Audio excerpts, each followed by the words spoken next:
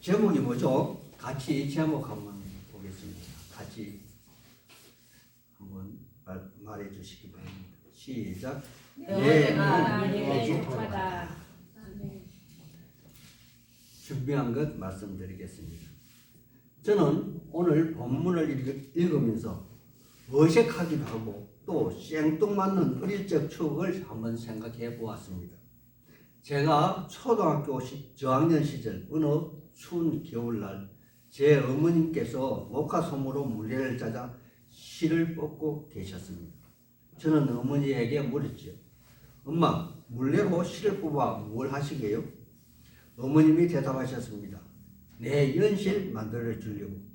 저는 이 말을 듣고 굉장히 기뻐하며 정지 부엌에 가서 쌀이 나무를 다듬어서 어머님이 미리 예비하신 창호지로 가오리 연을 만들었습니다. 그리고 어머님이 물레로 찾아 뽑아주신 실로 연을 높이 날아오르게 하였습니다. 아마 제 기억에 다른 친구들 연보다 높이도 굉장히 높이 날고 멀리도 날았던 것 같습니다. 그 당시 드물게 연실로는 나일론 실을 사용하기도 하였는데 이 나일론 실은 튼튼하긴 하지만 무거워 멀리 높이 날지 못했습니다. 하지만 솜으로 만든 실은 가벼워 연을 높이 그리고 멀리 날게 하였습니다. 나는 정말 신이 났고 논두렁 밑에서 꽁꽁 언 손과 발을 녹이며 보낸 그날은 온종일 세상의 모든 것을 다 가진 것 같이 기쁘고 즐거운 하루였습니다. 하지만 해질 무렵 가장 높이 날았던 내 연은 강한 찬바람을 맞아 팽팽했던 연실이 끊어져 아래 동네를 지나 그 밑에 있는 동리 대나무밭에까지 날아가 대나무 높은 곳에 걸렸습니다. 나는 필사적으로 그곳까지 달려가 연과 연실을 찾고자 했지만 모두가 허탕을 치고 돌아온 슬프고도 아름다운 추억이 있습니다. 이 이야기는 제가 어림잡아 50년이 넘은 이야기이고 우리 어머님이 돌아가시던 해에 그 시집간 제 딸아이가 태어났으니 어머님이 돌아가신 지가 벌써 한 30여 년이 지난 이야기입니다. 제가 왜 이런 추억을 생각했는가 하면 사도 바울은 자기가 전심전력으로 기울여 개척하여 1년 6개월 동안 눈물로 한숨으로 양육한 일부 고린도 교회 교인들로부터 심한 배신감과 좌절감, 한 발 더 나아가 모멸감을 지금 받고 있습니다. 그는 다른 사역자, 즉 아볼로보다 언변이 좋지 못하다는 평판을 받고 있었고 또 다른 사도들은 일정한 생활비를 지급받는 유능한 사람이지만 사도 바울은 그에 미치지 못한 거로 자신이 직접 일을 하며 생활을 하는 한 단계 격이 떨어지는 사람이라는 것이며 또한 무엇인가 부족한 거로 개척한 교회에서 돈을 거두어서 예루살렘 교회로 보내므로 인하여 자기의 지위를 공고히 하고자 한다는 억지와 심지어는 마게도냐 교회로부터 돈을 받아 착복한다는 모함까지 받고 있었습니다. 그것뿐만이 아니라 사도 바울은 외모도 왜소하고 다른 사도들에 비해서 예수님의 공생의 기간 동안 함께 하지도 않았고 또한 능력도 그만큼 다른 사도들에 미치지 못한다는 것이었습니다.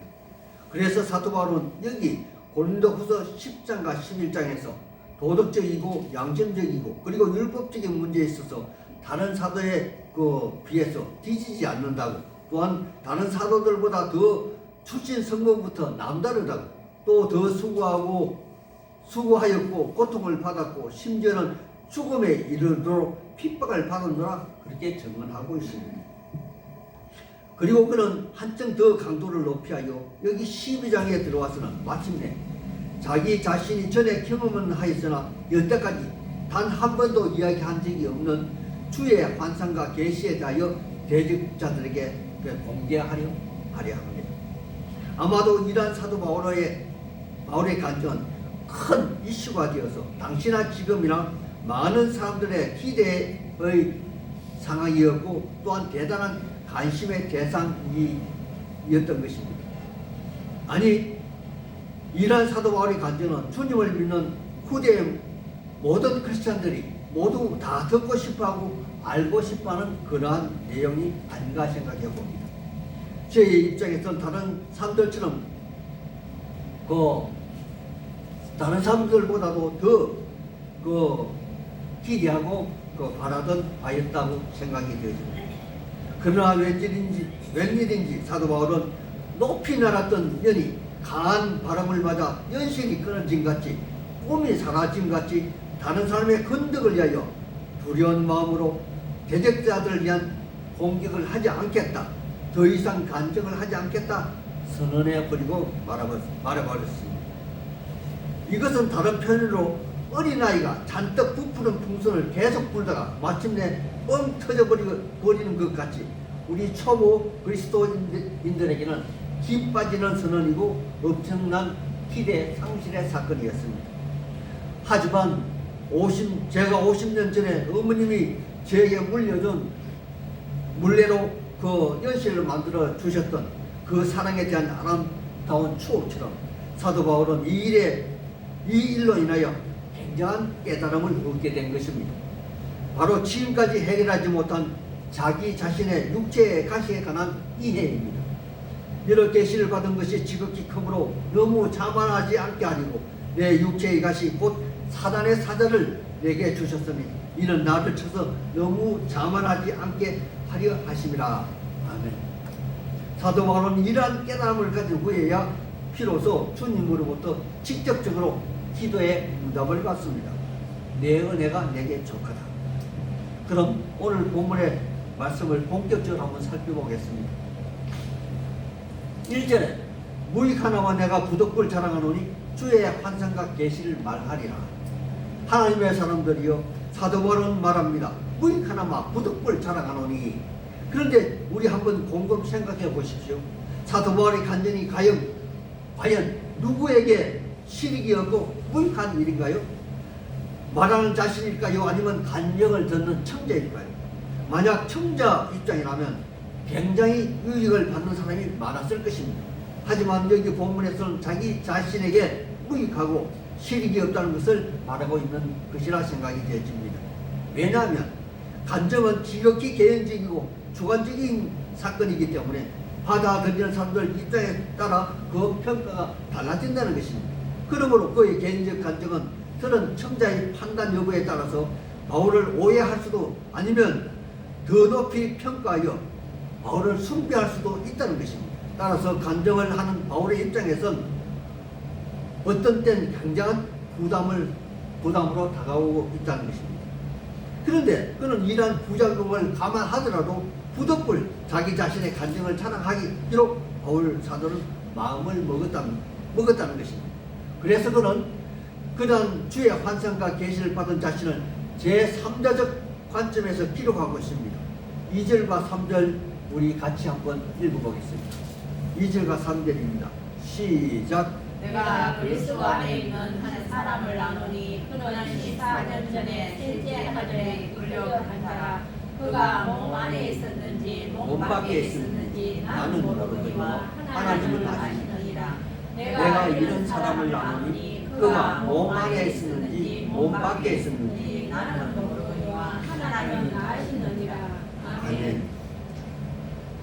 여호와 하나님의 사람들이요, 사도 바울은 왜 이렇게 주의 환상과 계시를 받은 자기 자신을 제3자로 표현하는 것일까요? 그리고 자기 자신이 이끌려 간 곳이 셋째 하늘이라 합니다. 그래서 제가 셋째 하늘에 대해서 간단히 설명을 드리겠습니다. 유대인들의 입장에서 첫째 하늘은 우리식으로 하면 스카이, 우리 머리에 있는 하늘을 이야기합니다. 그리고 두 번째는 스페이스, 우주를 말하죠. 하늘에 있는 은하계, 별, 달, 은하계를 지칭하는 말입니다. 셋째 하늘은 헤븐이라 하여 영어로 쓸 때는 헤븐의 소문자 H를 갖다가 반드시 대문자로 씁니다.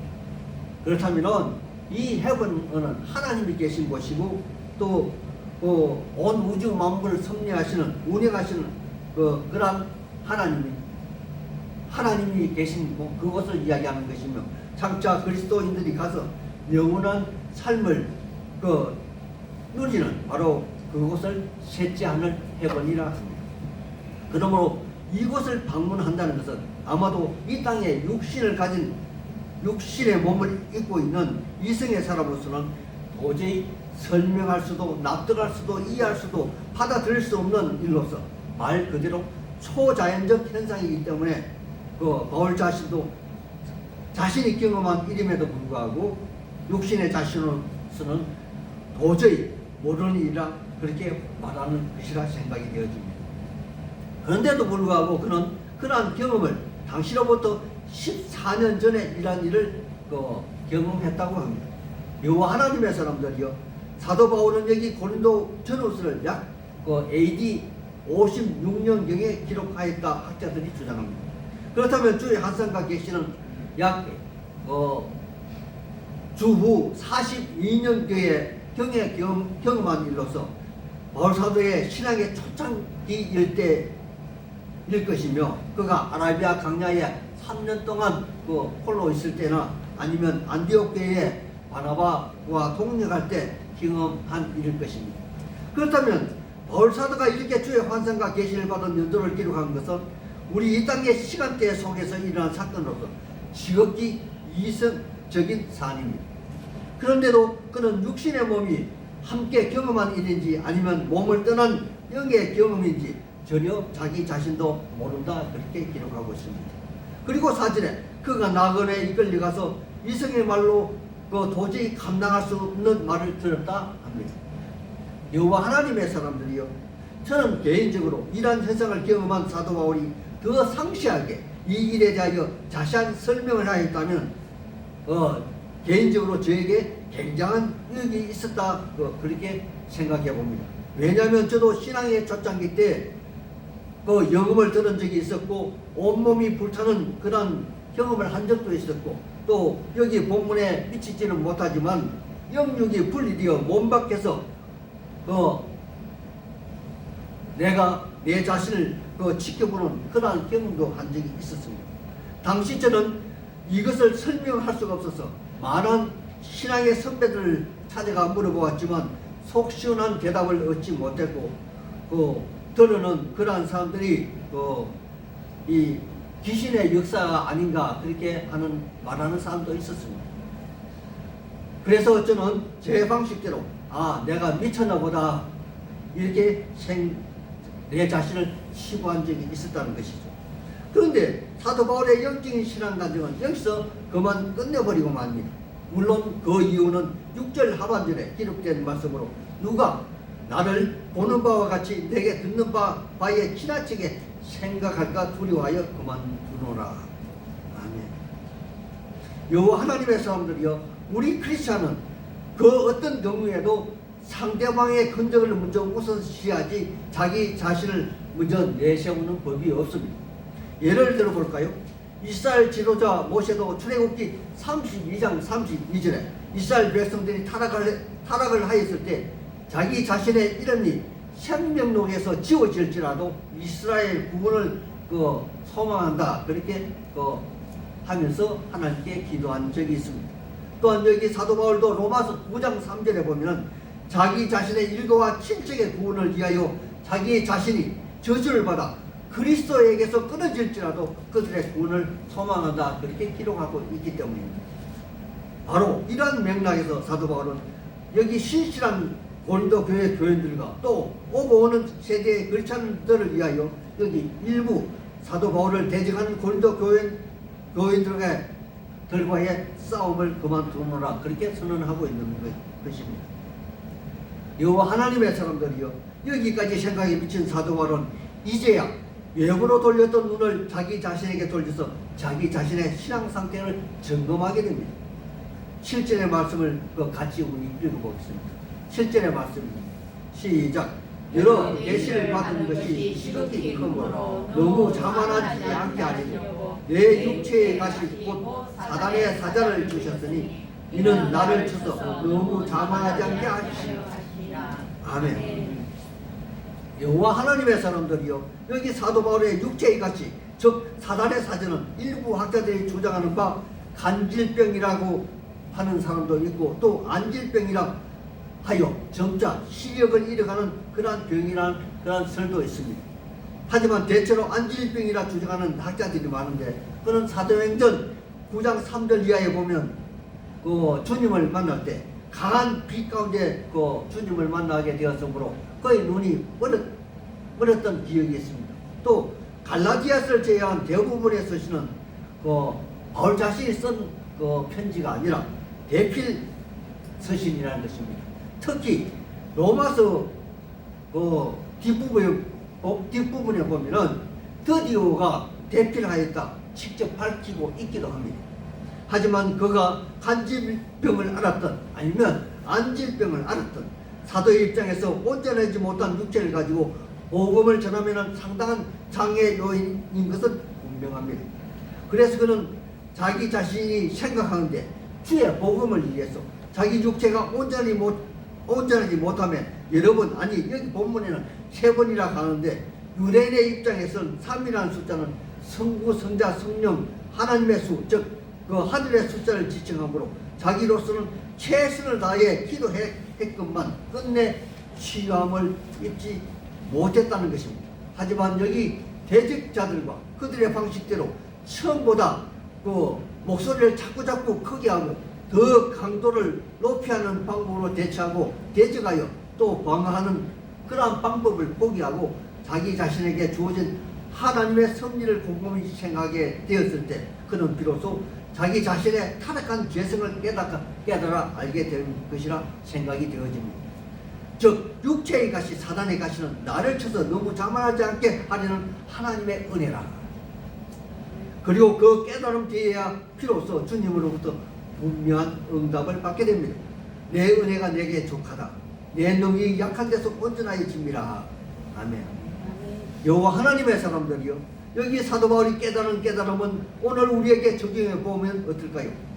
저는 저의 경우를 한번 생각해 보았습니다. 옛적에 다른 친구들보다 잘 나갈 때가 있었습니다. 예를 들어 친구들이 차가 없을 때 저는 몽고차를 타고 다녔고, 친구들이 엘란트라 차도 없을 때 저는 2000cc 소나타 골드를 타고 다녔습니다. 바로 그때 제가 잘 나갈 때 저는 하나님을 멀리한 적이 있었습니다. 제 마음대로 살았습니다. 하지만 하나님은 그런 나를 그냥 두지 않으시고 해초리로 몽둥이로 내리치는 바람에 저는 한 수 없이 전부 여지없어서 손 들고 옵니다. 이렇게 하여 저는 지금의 목사가 되었습니다. 그리고 지금도 우리 주님은 나를 너무도 잘 아시기 때문에 지금까지 건설 현장 막노동판에서 집어넣어서 새벽부터 저녁까지 다른 생각을 할 틈을 주지 않게 하신다는 것을 저는 지금 저의 깨달음이라 고백합니다. 여호와 하나님의 사람들이요, 문선명, 박재선 장로가 과거에 큰 은혜를 받았지만 그들에게는 바울 사도와 같은 육체의 가시, 사단의 사자가 없었기에 타락하여 실험촌을 만들고 통일교를 만들어서 마침내 적그리스도의 그 수계가 되지 않았습니까? 옛적에 부흥사 목사님들의 말씀처럼 싸움꾼이 건강하면 날마다 그 싸움질을 하고 도적놈이 형통을 하면은 사이에 큰 악이 된다는 말씀이 바로 이 말씀이 아니던가요? 역으로 지금의 한동대를 키운 온누리 교회 하임조 목사님은 하루에 3번씩 투석하여 목회를 하셨기에 좋은 음식, 좋은 옷, 좋은 집, 좋은 구경거리가 있어도 하나도 눈에 들어오지 않고 오직 복음을 전하는데 온 힘을, 온 영혼을 다 바친 거로 세상에 큰 족적을 남긴 것이 아닌가 생각해 봅니다. 이 땅에 의인은 한 명도 없습니다. 그런 거로 달리는 자동차의 가장 중요한 기능은 바로 브레이크이듯이 소중한 사람마다 여호와 하나님은 그 사람에게 꼭 맞는 제동장치를 만들어 주셨다는 것입니다. 바로 이 말씀이 우리 주님이 사도 바울에게 주신 사랑의 응답이 아니겠습니까? 내 은혜가 내게 족하다. 아멘. 이 응답을 받은 사도 바울은 더 가일청 복음사에게 매전하여 죽음에 이르도록 그 열정이 식지 않은 것은 아닐까 생각해 봅니다. 9절 하반절에 그러므로 도리어 크게 기뻐함으로 나의 이런 약한 것들에 대하여 자랑하리니 이는 그리스도의 능력이 내게 머물려 하려 함이라. 아멘. 하나님의 사람들이 여기에 머물다, 이 성경에 보면 머물다 있죠? 그 밑에 밑을 한번 쳐주시기 바랍니다. 하단에 보면 장막으로 덮개라고 씌워져 있습니다. 그는 육체의 가시가 있었기에 그는 항상 하나님의 장막으로 덮개가 씌워져 있었다. 아니, 있었다는 것이며 그는 항상 그 장막에 머물 수밖에 없었다는 그런 말씀입니다. 이 말씀은 현대식으로 표현하자면 그가 주님의 강력한 은혜에 사로잡혀 다른 선택의 여지가 전혀 없었다는 그런 표현이기도 합니다. 그러므로 오늘의 결론 10절의 말씀입니다. 우리 같이 10절의 말씀을 읽고 마치겠습니다. 시작. 그러므로 내가 그리스도를 위하여 약한 것들과 능력과 궁핍과 박해와 공고를 기뻐하노니 이는 내가 약한 그때에 강함이라. 아멘. 바로 이 말씀처럼 생활 중에 이러한 깨달음을 갖게 되시기를 우리 주 예수님 이름 받들어 축원하고 축복하는 바입니다. 아멘. 아멘.